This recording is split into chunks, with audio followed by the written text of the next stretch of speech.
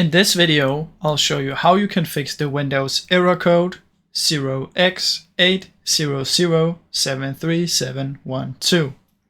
Now first what we want to try, guys, is we want to come down here and we want to search for updates and press on view your update history.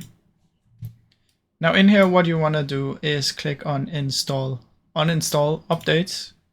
You want to find Windows and uninstall the most recent one. So just right click and uninstall.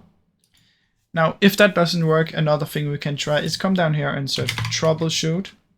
Open up the troubleshoot settings, choose additional troubleshoot, and from in here click Windows Update and choose to run the troubleshooter.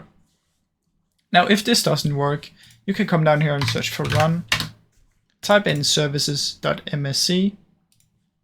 Now this should open up and you want to press anywhere and press W, find Windows Update, double click it, then stop it and wait 5 or 10 seconds and start it again. Now after you've done this, head down here and search for Windows Update and take the update if you have any. Now if none of these work, the last thing you can do is simply restart your PC and see if this fixes it. Now I really hope you enjoyed this video. If you did, please leave a like and subscribe as it helps me out a ton. Thank you so much for watching.